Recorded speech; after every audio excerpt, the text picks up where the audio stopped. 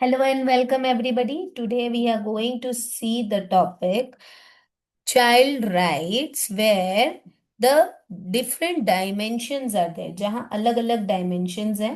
We will understand these dimensions with respect to the child labor, bonded labor, sexual exploitation, child abuse and gender discrimination. ये चार अलग अलग type के violation हैं जो usually बच्चों के साथ होते हैं. हम इन वॉयलेशंस को देखेंगे, जानेंगे, समझेंगे और परखेंगे.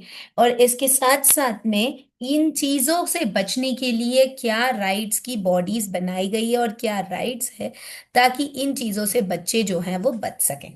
ठीक. तो सबसे पहले देखते हैं चाइल्ड लेबर. चाइल्ड लेबर जो है ये पहला डायमेंशन है. तो ये चाइल्ड लेबर हुआ कैसे, कब से शुरुआत हुई, क्यों ये चीज इतनी ज्यादा एक्सेस में आ गई कि राइट बनाना पड़ गया. देखिए, ये भारत में यूजुअली क्या हो रहा था कि जो स्लेव सिस्टम चल रहा था ना, तो उसके अकॉर्डिंग जब किसी घर में अगर वो जैसे मंत्री है, मंत्री का बेटा मंत्री बनेगा तो चलो ये अच्छी पद हो रही है. लेकिन अगर किसी घर में कोई अगर मुंशी है, मुंशी मतलब जो हिसाब किताब वगैरह ये सब देखता है, तो उसका बेटा भी मुंशी बनेगा. तो इस प्रकार से ये चीज चलती रह गई. तो कम उम्र से बच्चे को एम्प्लॉयमेंट देना स्टार्ट हो गया. यहाँ तक तो जहां तक पढ़ाई लिखाई की बात आ रही थी तब तक तो ठीक था. लेकिन जो मजदूर होते थे वो, उनको ये पता था कि भाई हमें भी आगे चल के लेबर वर्क ही करना है. तो वो कम एज से लेबर वर्क करा रहे थे बच्चों को. तो इस वजह से इनका काम करना, देखना और ये पढ़ाई लिखाई बिल्कुल नहीं करना, ये चीज आ गई. तो ये जो सबसे पहला वॉयलेशन है, ये शुरुआत हो गया. मतलब 18 साल की कम उम्र के बच्चे जो है इंडस्ट्रीज में और अलग अलग एरियाज में जो है एम्प्लॉयमेंट के लिए दिखने लगे. अब क्या हुआ कि उस समय हमारे भारत में बहुत सारी चीजें थी जो इंडस्ट्रीज और ये सारी चीजें बन रही थी. आजकल तो बहुत सी चीजें हैं जहां पर इंडस्ट्रीज कंपनी इतनी ज्यादा नहीं है, बट है जो पोल्यूशन और हजार्डस केमिकल्स और ये सारी चीजों से दूर है. ठीक है. आजकल तो बहुत सारी चीजें टेक्निकल हो गई है, तो इतना ज्यादा पोल्यूशन नहीं भी होता है ना. सारे मैक्सिमम चीजें जो है टेक्निकली एडवांसमेंट के साथ में हो रही है. बहुत सी चीजें डिजिटल हो रही हैं, तो सब कंप्यूटर बेस्ड हो गया है. तो इतना नहीं होता. लेकिन उस जमाने में ऐसा कुछ नहीं था. सब कुछ हैंड बेस्ड होता था, जिस वजह से चीजें टेक्निकल नहीं हो पा रही थी. ठीक है.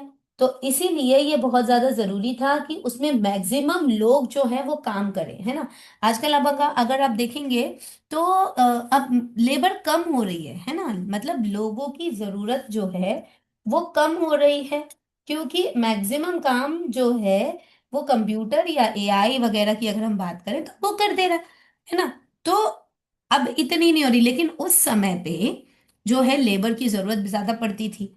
और फिर घर में काम धाम और व्यवस्थाएं सेटअप करने के लिए पैसे की भी जरूरत पड़ती थी.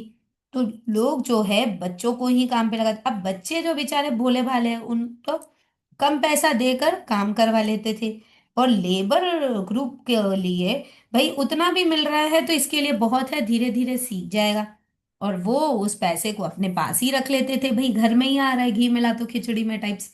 तो मतलब क्या हो रहा था कि घर में भी लोग जो हैं वो काम करने के लिए बच्चों को प्रेरित कर रहे थे. और इसके साथ साथ में बाहर जो कंपनी हेड्स और वर्कर्स थे उनको कम पैसों में लेबर्स मिल रहे थे. लेकिन ये बच्चों के लिए हानिकारक चीजों के कंपनीज में लगाना जो उनके लिए नुकसानदायक हो, हजार्डस हो, वो चीज थोड़ी सी दिक्कत और दुखदाई हो रही थी, है ना. इस वजह से चाइल्ड लेबर एक राइट्स के अधिकार के अंतर्गत आ गया. 14 साल के कम उम्र के बच्चों को कंपनीज में रखना धीरे धीरे बैन होना शुरू हो गया. जैसे अगर आप यहाँ पे देखिए, silk thread company, dip company, ठीक है, बॉइलिंग वाटर्स और ये सारी चीजें इन सब कंपनीज में यूज होती थी, है ना. तो यहाँ पर अगर हम लेबर्स लगा रहे हैं और यहाँ पे काम हो रहा है, इसमें ह्यूमन बीइंग की जरूरत पड़ रही है, तो उसमें बहुत ज्यादा जरूरत पड़ रही थी बच्चों की और दूसरे लेबर्स की। तो यहाँ पे कम पैसों में जो लोग काम कर दे रहे थे उनके साथ में रहते, तो बच्चों के साथ में आई डैमेज, लंग डिसीज और अदर सस्टेबल डिसीजेस होने की संभावनाएं बहुत ज्यादा हो रही थी। इसीलिए चाइल्ड लेबर को बहुत ज्यादा तरीके से ध्यान दिया गया और बच्चों के अधिकार के लिए लड़ना शुरू किया गया। पहले तो उनके पेरेंट्स को समझाया गया कि अभी ये उम्र नहीं है, फिर धीरे धीरे ये चीज एक्टिव हुई कि yes this is something which is wrong, और चाइल्ड लेबर के लिए राइट्स जो है वो आना शुरू हो गया। ये कहा गया कि child also have a right to be protected and from performing any work it's likely to be hazardous and to interfere with the child's education। क्योंकि अगर उसको कुछ हो जाता है तो ये आगे एक इंटरफेरेंस होगा बच्चे की एजुकेशन पे, इसीलिए ये बहुत ज्यादा हार्मफुल या बहुत ज्यादा हजार्डस है। तो फिजिकल, मेंटल, स्पिरिचुअल, मॉरल और सोशल डेवलपमेंट इन सारी एरियाज में दिक्कत हो सकती है। Next type, bonded labour. अब बॉन्डेड लेबर क्या होता है? ये सबसे वर्स्ट फॉर्म है वायलेशन का। यहाँ पे क्या होता है कि कोई भी बच्चा है ये अपना बचपन जो है वो पूरी तरीके से गवा देता है। ये ज्यादातर फैमिलीज में होता है जो एक एडवांसमेंट ले लेते हैं और बच्चे को, जैसे कि अ चाइल्ड बॉय है या एक चाइल्ड गर्ल है, इसको एम्प्लॉय कर लेते हैं अपने घर में, परिवार में, ज्यादा पैसे नहीं देंगे, उनका घर खर्च ले लेंगे, घर में रहकर रख कर उस बच्चे को सारी व्यवस्था उसकी वो खुद देखेंगे। मतलब एक गुलाम की तरह बच्चे को लग रहे हैं, है ना। बॉन्डेड चाइल्ड लेबर मतलब एक लड़की रख ली या लड़का रख लिया और उसको नौकर बना के रख लिया, पढ़ाना लिखाना कुछ नहीं है, और जो भी घर के काम धाम और सारा सब कुछ जो है वो गुलाम की तरह, स्लेव्स की तरह घर पे रखना। ठीक है ना, that is bonded, that means that person is bound. और बहुत से उस जमाने में ऐसा भी होता था, आज मुझे नहीं पता आजकल ऐसा भी होता भी है या नहीं है, कई जगह होता भी होगा। मतलब है ना, पेरेंट्स का कर्जा रहता था, है ना। तो बदले में है ना वो अपना कोई एक आधा बच्चा, क्योंकि पहले ना बच्चे ज्यादा जन्म भी लेते थे भाई, आजकल तो हम दो हमारे दो, कई लोग तो हम दो हमारे एक ही चल रहा है। This should not happen, at least दो तो होने चाहिए। मेरा तो यही रहता है कि एटलीस्ट बुढ़ापे में एक दूसरे का सहारा तो बच्चे रहें। एक अकेला करोगे तो एक दूसरे का सहारा क्या ही होंगे, है ना। क्योंकि हम पेरेंट्स तो कभी हर जगह पहुंच नहीं पाएंगे, लेकिन सिबलिंग्स जो है वो मौके पे जरूरत पे हर जगह पहुंच सकते हैं, इसलिए सिबलिंग्स होना बहुत ज्यादा जरूरी है। इसलिए दो तो होना ही चाहिए। लेकिन उस जमाने में तो चार चार पांच पांच भी होते थे। तो क्या होता था कि जैसे पेरेंट्स का कुछ कर्जा है, उन्होंने किसी बात से पैसे वैसे किसी से ले रखे हैं या कुछ ऐसा है, तो क्या होता था कि इन्हें हम दे देते थे ना, भाई बस हमारा ये बच्चा आपकी सेवा में रहेगा और आप हमारा कर्ज इतना माफ कर दीजिए, ये वो। अब सामने वाला व्यक्ति है भैया, उसको पैसे देने नहीं है, वो अपनी गुलाम की तरह उसको रख रहा होता है। तो ये सारी चीजें जो हैं हम भारत में बहुत चल रही थी और इसकी व्यवस्थाएं चल रही थी, इसको हम कहते थे बॉन्डेड लेबर। आजकल नहीं हो रहा है बिकॉज चाइल्ड लेबर और इन सब चीजों पे जुल्म ये हो चुका है। अगर पता भी चल जाए ना कि अगर किसी बच्चे को काम पे लगाया है, तो it becomes very hectic and very tasking for that person, और उनके ऊपर केस भी हो सकता है। इट्स नॉट लीगली करेक्ट, है ना, क्योंकि राइट्स बन चुके हैं, अब तब राइट्स नहीं थे।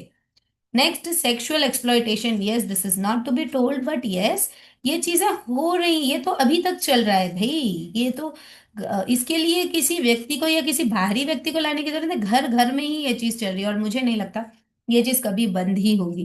Because this is the biological need. बात ये हो जाती है, लोग जब सामने ये चीज दिख जाती है तो बायोलॉजिकल अर्ज होने के बाद में व्यक्ति का कंट्रोल नहीं रहता। बॉन्डेड लेबर और चाइल्ड लेबर ऐसा है कि समझाने के बाद में नहीं करना है, लीगल केस होगा ये वो, तो उसमें थोड़ी सी दिक्कत आती है। सामने वाला ओपनली पता चल जाता है, चीजों को समझ आ जाता है। सेक्सुअल एक्सप्लॉयटेशन की जब हम बात करते हैं तो ये चीज क्या हो जाती है कि भाई आराम से ये चीज चुपचाप में ये चीज हो रही होती है, धीरे धीरे। It can we can say that it's a slow poison something. आराम से ये चीज धीरे धीरे धीरे धीरे चल रही होती है। कोई अगर अनाथ बच्चा है या कोई ऐसा बच्चा है जो जिसको कोई ध्यान नहीं दे रहा है, या ऐसा कोई बच्चा जो इंट्रोवर्ट है, ज्यादा बोल नहीं पा रहा है, अगर वो घर का ही कोई हो या बाहर का ही कोई हो, तो ये चीजें जो हैं ज्यादातर चल रही हैं। ठीक है ना। तो अब इन चीजों पे रूल्स आना स्टार्ट हो गए, कोई बच्चे ने या किसी ने देख लिया या किसी जागरूक व्यक्ति को समझ में आ गया तो इस पे आवाज उठ जाती है और पता चल जाता है। लेकिन ये धीरे धीरे आवाज उठते उठते उठते उठते इतनी आगे बढ़ गई कि इस पर भी एक राइट रूल आ गया, और अब्यूज भी एक लीगल पार्ट हो गया। अगर कोई व्यक्ति, एक नॉर्मल सा व्यक्ति भी, अब तो ये इतना राइट पर बढ़ गया है कि मेल्स जो है ना फीमेल से बात करने तक के लिए कतराते हैं। कोई सही भी होगा ना तो भाई नहीं नहीं नहीं, हमको बात ही नहीं करनी, रहने दो, लेडीज है क्या बात करेंगे। लेकिन क्या अगर कोई सही भी होगा ना तो उन्हें ये लगेगा कि कहीं ऐसा ना हो फंस जाए, बिकॉज राइट्स ऐसी बन गई भाई। और कितने लोग तो इसका गेम खेल रहे हैं आजकल, तो वो राइट्स के पीछे एक अलग सी, मतलब राइट्स को सामने वो बना के बहुत सी चीजें उन्हें। लेकिन still child trafficking, prostitution, pornography, tourism, sex tourism, sexual exploitation, ये सारी चीजें इतनी ज्यादा ट्रेंड में हैं।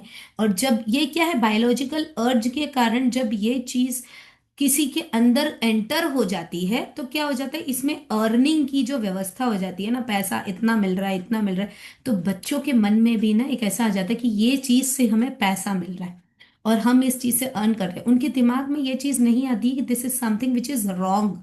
ओके।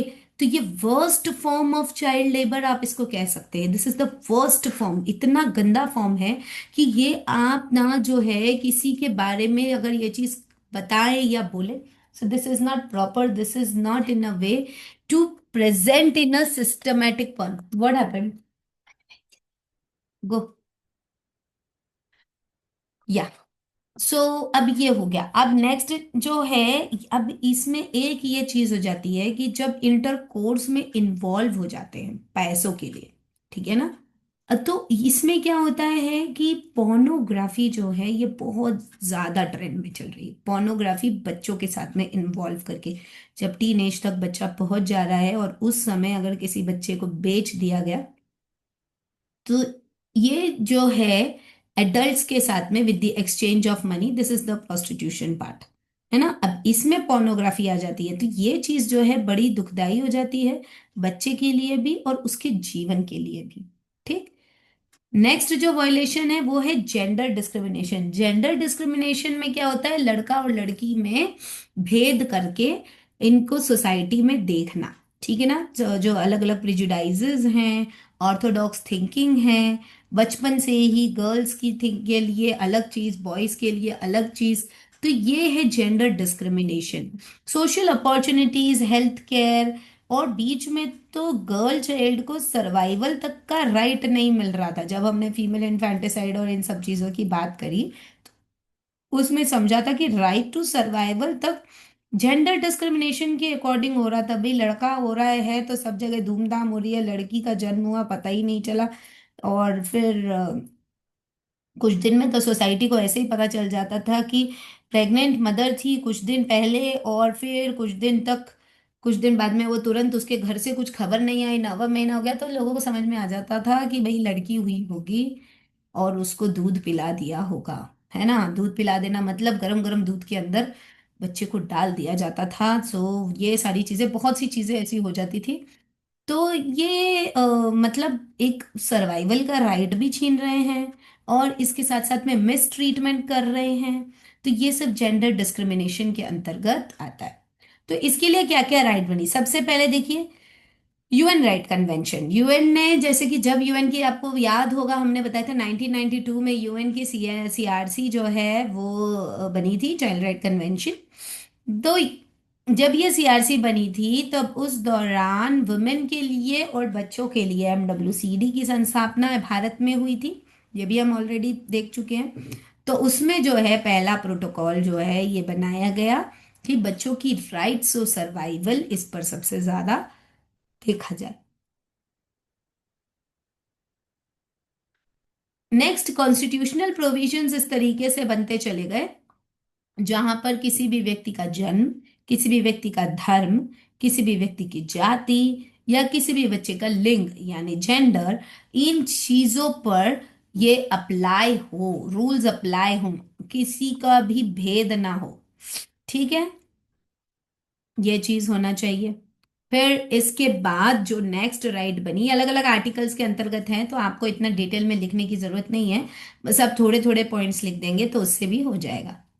देन यहाँ पर देखिए लॉज, जो लॉज बनते चले गए, अलग अलग आर्टिकल्स पे अलग अलग लॉज हैं। सबसे पहला लॉ हम देखेंगे, प्रोहिबिशन एंड रेगुलेशन एक्ट 1986 में बना चाइल्ड लेबर के लिए, जहां पर यह बताया गया कि 14 साल, 18 भी नहीं, 14 साल से अंदर के जो बच्चे हैं, इनको किसी भी कंपनीज या किसी भी होटल्स या किसी भी एरियाज में काम करते हुए नहीं देखा जाए। यदि ये चीज मिलती है, बच्चे की उम्र कम हो, तो फिर उसको काम पर नहीं रखा जा सकता।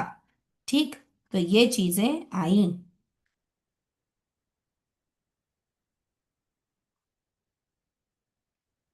अब नेक्स्ट, जुवेनाइल जस्टिस सिस्टम।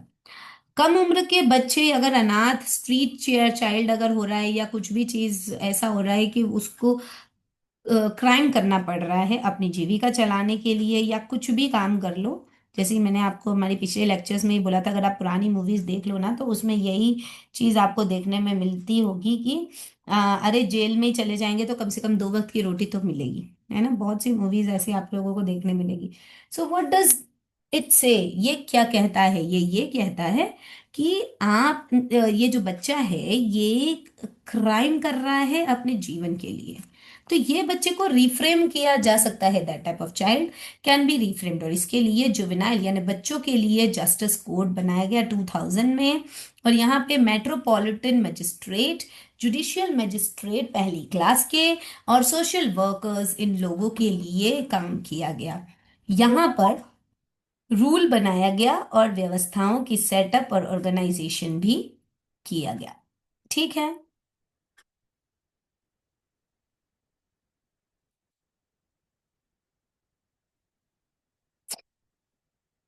अब राइट्स को इम्प्लीमेंट, ये तो राइट्स तो बना दी, अब इन राइट्स को इम्प्लीमेंट कैसे किया जाएगा?